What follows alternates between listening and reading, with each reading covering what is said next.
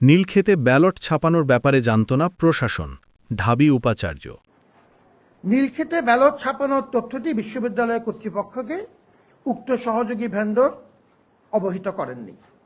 বিশ্ববিদ্যালয় কর্তৃপক্ষকে অবহিত না করার জন্য তিনি একটি বিস্তারিত লিখিত ব্যাখ্যা দিয়েছেন। সে ব্যাখ্যাটি আমাদের কাছে আছে। আমি আইনগত কারণে আপনাদেরকে ভেন্ডরের নাম বলতে পারছি না, যেহেতু আমাদের আইনগত বাধা আছে, কিন্তু আপনারা নামগুলো ইতিমধ্যে জানেন, যেটি সংবাদ মাধ্যমে বহুবার এসছে। ঢাকা বিশ্ববিদ্যালয় কেন্দ্রীয় ছাত্র সংসদ নির্বাচন ডাকসুর ব্যালট রাজধানীর নীলক্ষেতে অরক্ষিত অবস্থায় ছাপানো হয়েছে, এমন অভিযোগে নানামুখী সমালোচনা চলছে সামাজিক যোগাযোগ মাধ্যমে। ব্যালট ছাপানোর ক্ষেত্রে বিশ্ববিদ্যালয় প্রশাসনের কোনো নজরদারি না থাকার অভিযোগ করে নির্বাচনে অংশ নেয়া ছাত্রদল প্যানেলের সদস্যরা। এসব অভিযোগ আমলে নিয়ে রোববার গণমাধ্যমের সঙ্গে কথা বলেন ঢাকা বিশ্ববিদ্যালয়ের উপাচার্য ড. নিয়াজ আহমদ খান।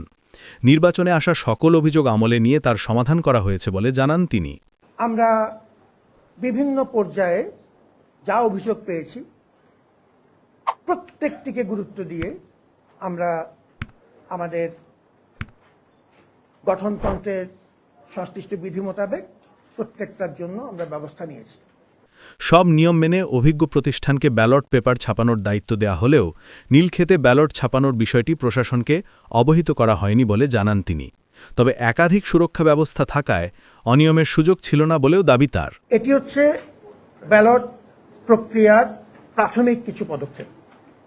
সুরক্ষা পর্ব কমপক্ষে 5 স্তর, কোনো কোনো ক্ষেত্রে 6 স্তর বিশিষ্ট। এটি সাংবাদিক হিসেবে আপনিও জানেন, আমি শুধু রিপিট করছি। প্রিস্ক্যান করা, কোড আরোপ করা, কোডের সাথে মেশিনের কম্প্যাটিবিলিটি দেখা, তারপরে সেটিকে মেশিন রিডেবল করা,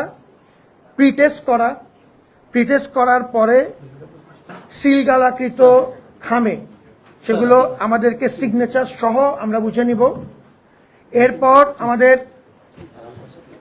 সম্মানিত চিফ রিটার্নিং অফিসার সেটি সাইন করবেন। এরপর কেন্দ্র প্রধান, যিনি একজন রিটার্নিং অফিসার কেন্দ্রের দায়িত্বে, আমাদের সম্মানিত প্রফেসর একাডেমিক এসেছেন,